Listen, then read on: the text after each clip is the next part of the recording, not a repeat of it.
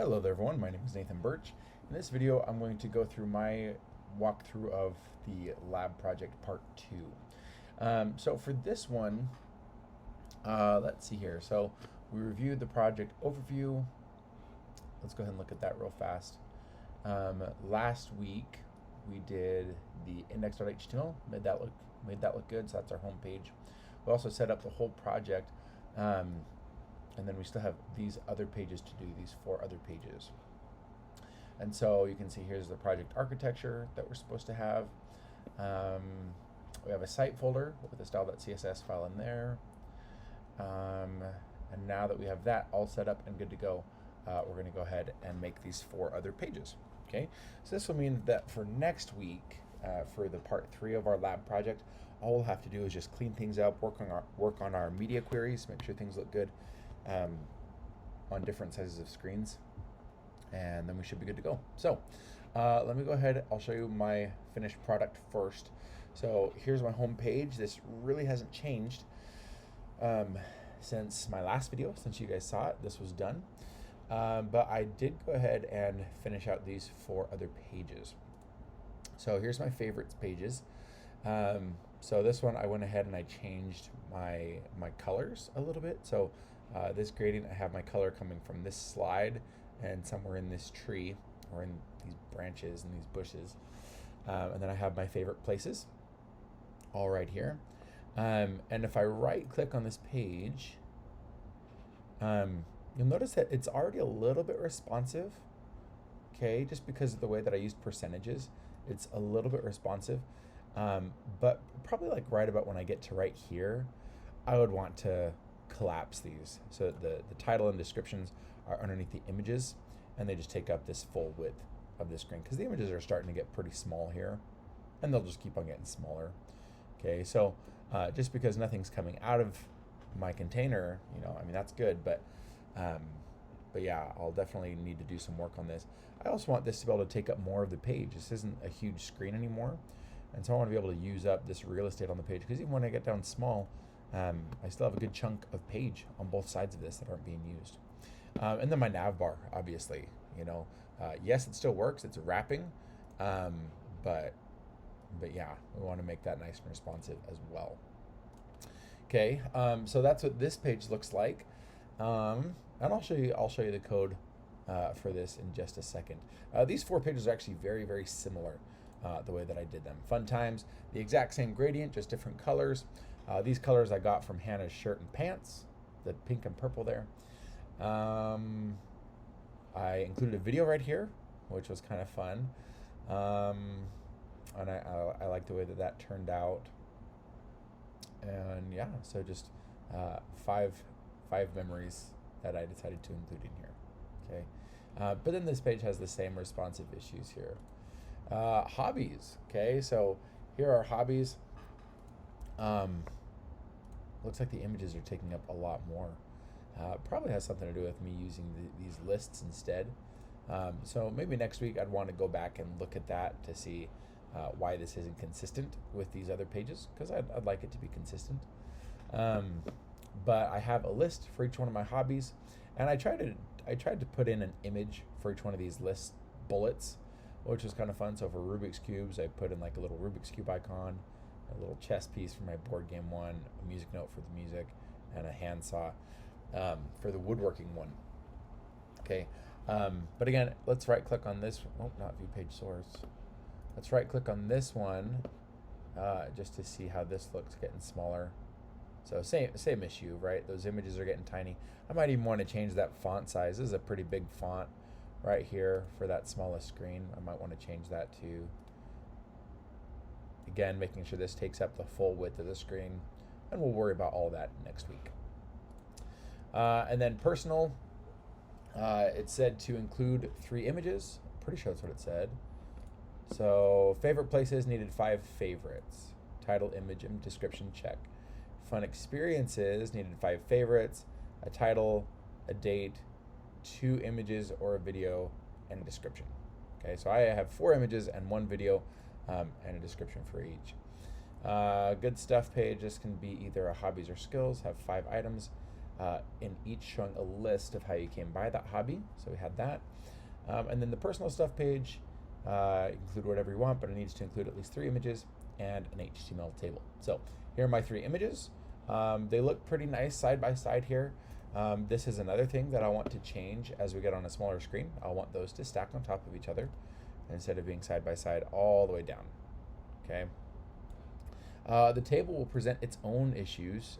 Yes, it's responding by percentages, but once you get small enough, it doesn't quite fit. See right there?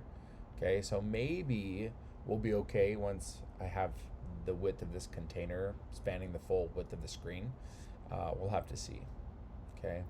I did put in one kind of fun thing. So here's everyone in my family, everyone living in my house, obviously lots of other family members, not my house.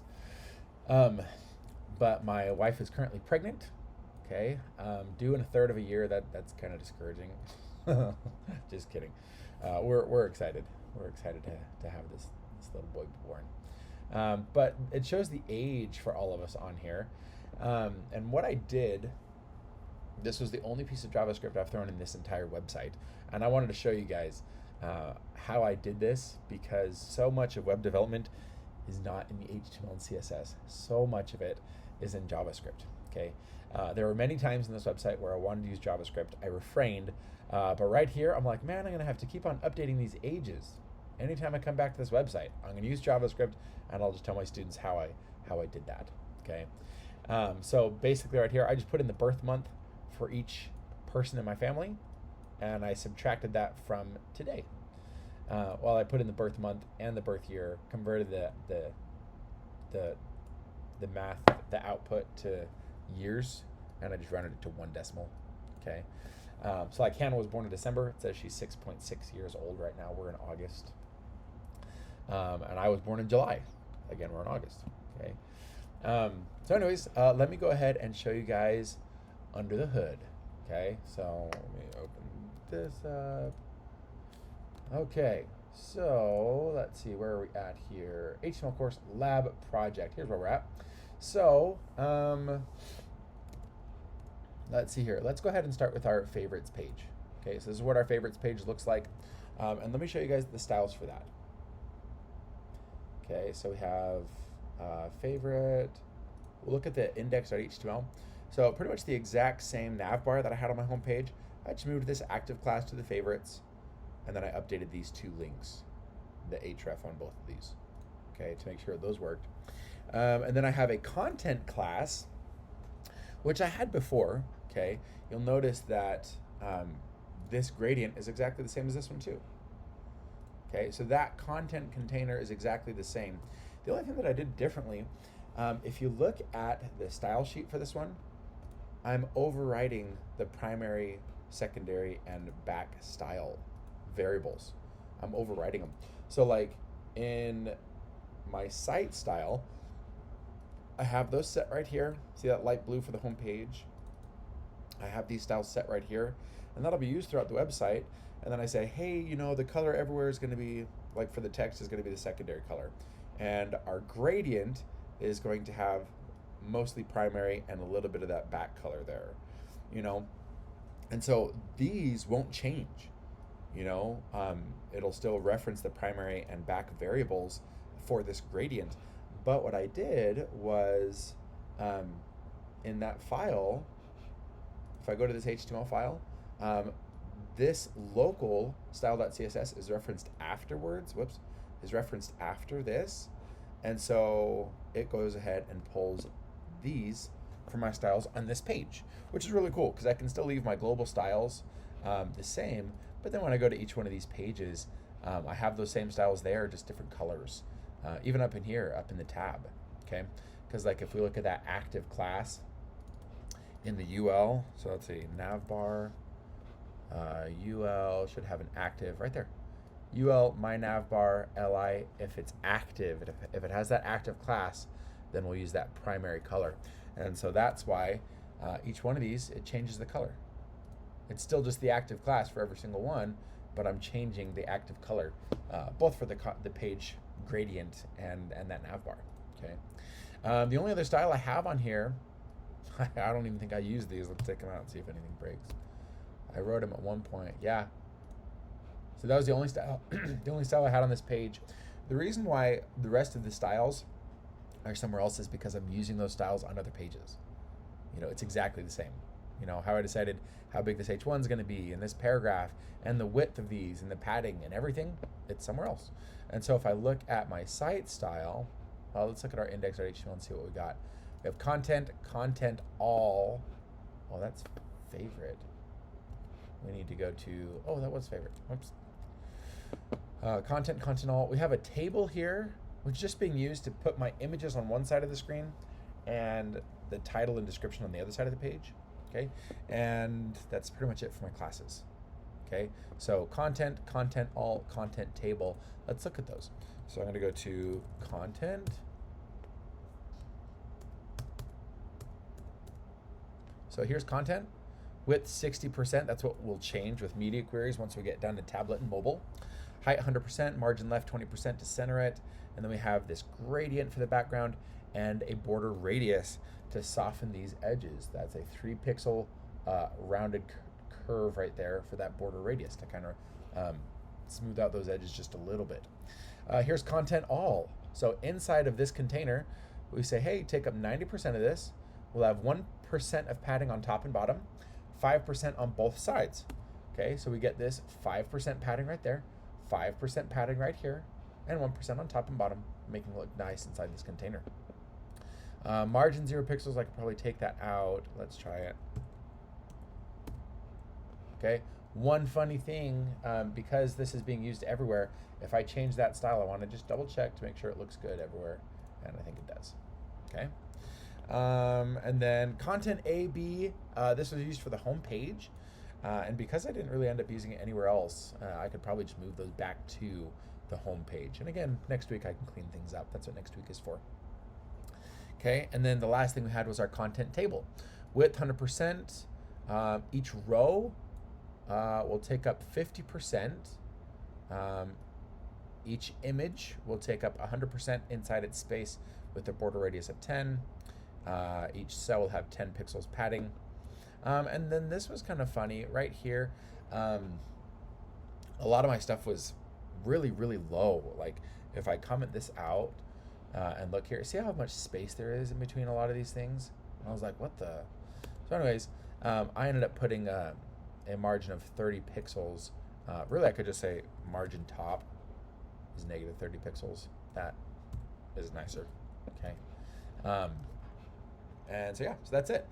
But again, all these styles, I'm going to use this content table on the other pages and the content and content all. Let's go ahead and look at fun times. Pretty much the exact same thing, right? I threw a video in there. We could look at how I did that video. Let's see here. Favorite? No. Good stuff, home, personal stuff. I need to rename the fun stuff. It was right there. Okay, so here's our video. Okay, so in place of, so like these images are just everything inside of that table cell. And then everything inside of that table cell here, instead of having the image like I originally had, I put in a video. Okay, but the style was still exactly the same. Let's go ahead and look, see if I did anything. I did. Okay, so content table, TRTD video. So I'm saying, hey, inside the content table, inside the row, inside the TD, the video. And if I look here, you can see we have a table, TRTD video. Okay, which means if I had a video somewhere else, it would not get affected by these styles, which is nice. Width is 100% of that container, and the border radius is 10 pixels, which matches right here, the image for all these. Okay, width is 100%, and the border radius is 10 pixels. And so if I look right here, you can see it looks just like the images. I didn't specify a height. All these images are square images, but this video was taken with a phone camera on portrait, and so that's why that's showing up as taller. Okay. If I wanted to, if I was planning on having more videos, I would just go to the global style sheet, and I would just say video. And then that would apply these, that would apply that same style to images and videos on all the pages if I ever used them inside this table. So I'll go ahead and do that And then I can take this out. Okay, let's see, anything else on fun stuff? Nope, pretty much just the table, like the exact same table. I have content, content all, and content table, and no other classes. Okay, that's the nice thing about being able to use things like this, where I say, hey, every row inside of this class, every cell inside of this row, every image or every video, like it makes it so I don't have to keep on using different class names. I can just use one class name for the table and then customize everything in that table how I want to. All right, let's look at our next one. Hobbies. This one changes up a little bit. Did a couple of cool things here. Let's go ahead and look at hobbies. So I think it's called the good stuff. Okay. Notice it has a lot more images. That's all in the image folder. All of my images are in image folders. Okay. So hobbies, again, the nav bar is exactly the same. Just moved this active class and changed the href empty spot around to hobbies. Let's see, we have content, content all, content table. That's exactly the same. But then for the UL, I have a class on it called golf list. All right, and then cubes has cube list, and we have game list, and music list, and wood list. Okay, let's look at our styles, see what those are going to do for us. Okay, so content UL, ULLI, we had that set to the paragraph before and the header and stuff before, but I don't have lists anywhere else. So I went ahead and put these in here, and I also specified the font size in here for these. And then the 5 different classes for the lists, the only thing they have is just to say, hey, list style image is this URL. Okay, and if I click on that URL, here's our golf bullet, and that's what it is, that little disk, game bullet, cube bullet, saw bullet. Okay, and so that's how these icons are showing up instead of regular bullets, which is pretty cool. Okay, now the interesting thing is that these images are so big, where I didn't really change anything else. Yeah, I'd be interested to see. It means there's something in here that's probably like for paragraphs or something that isn't being applied to lists. But again, I'll look at that next week when I'm cleaning things up. Okay, last one, let's look at personal. Another little thing here. So if I come over here, having these 3 images side by side was a little bit unique, and then this table was the first time I'd had a table in here as well. By the way, using GIFs, I didn't have to do anything special. Okay, if I go to personal, whoops, if I go to personal, let's see here. Look, here's the GIF. I have 3 images.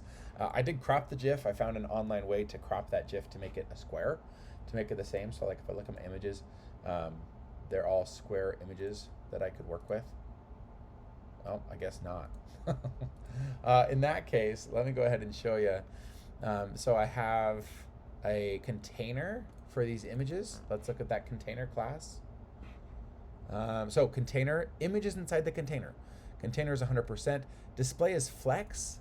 Okay, this means that everything inside there will go side by side until it has to wrap. Justify content center, probably don't need that anymore. And then the images in there, height will be auto, width is 27%, and then margin, left and right margin is 3% on, or sorry, 1% on each image on each side. So that'd be 2% for each side, or 1% on each side for an image, so 2%. And then for 3 images, that's 6%. So really, each image is going to take up 33%, just with a little spacing on each side. Object fit cover, that's what's making it be square. Okay, height is auto, and where I said object fit cover, it made this look square, and it's actually slicing a little bit of Emily off on here. If I say open image in new tab, okay, see there's more space. Actually, on each side there's more space. That's what that object fit cover is doing. Okay, it's making it fit in with the other ones. It's making it square. Okay, and then border radius was 5 pixels. Again, I wanted to round out those edges just a little bit. Okay, colors primary was this purple and this white. Whoops, I think I just changed that color. There we go. That's coming from our wedding picture. Okay, the dress and my tux there. Okay, let's go ahead and look at the table. So if I come over here, the next thing up, we have a content table, which we had in all the other ones. Oh, that's not the right one. Okay, we'll go ahead and close some of these. Here we go. So we had this, well, it's still not the right one. Let's see here. So personal, 7 of the index, and the style. Okay. So we had the container, and then we have a table called family table, no other styles in it. Okay. You will notice that a lot of these things have an ID. Okay. I could apply styles to these IDs if I wanted to. Okay. I'm not, but let's go ahead and look at the style, and then I'll show you why I have those IDs. Here's our family table with 100%. Border collapse means I won't have like 2 layers of borders, because right here I say, hey, around every single cell, let's put a border. If I didn't have that border collapse, then it would have 2 borders throughout that whole thing. I can delete that. And then text align center. So not too many styles here for the table. Last thing, let's look at these IDs. So you'll notice that the IDs are empty. Like there's nothing in this table cell. But if I look at the little boy who's a son, and I look at his age, that's the second column, it says negative 0.4 years old. Okay, so if I come over here, again, I look at like Hannah, it's empty. And I look at Hannah, and that cell is not empty. Okay, JavaScript is manipulating what is on the page because I wanted JavaScript to do a little bit of math. Okay, now I know that you guys don't know JavaScript yet, but JavaScript drives the webs. Anything that is like interactive on the web with JavaScript or dynamic, this is what we would call dynamic, it uses JavaScript to be able to do that. Okay, I couldn't tell HTML to do the math from like today's date, no matter what today's date is, to several years ago, or a few months in the future, and display an output on the page. HTML just can't do that. CSS can't do that. That's what JavaScript is for. So you'll notice that I have this script.js file inside of my personal stuff folder, okay, because it's for this page. And then I reference it right here.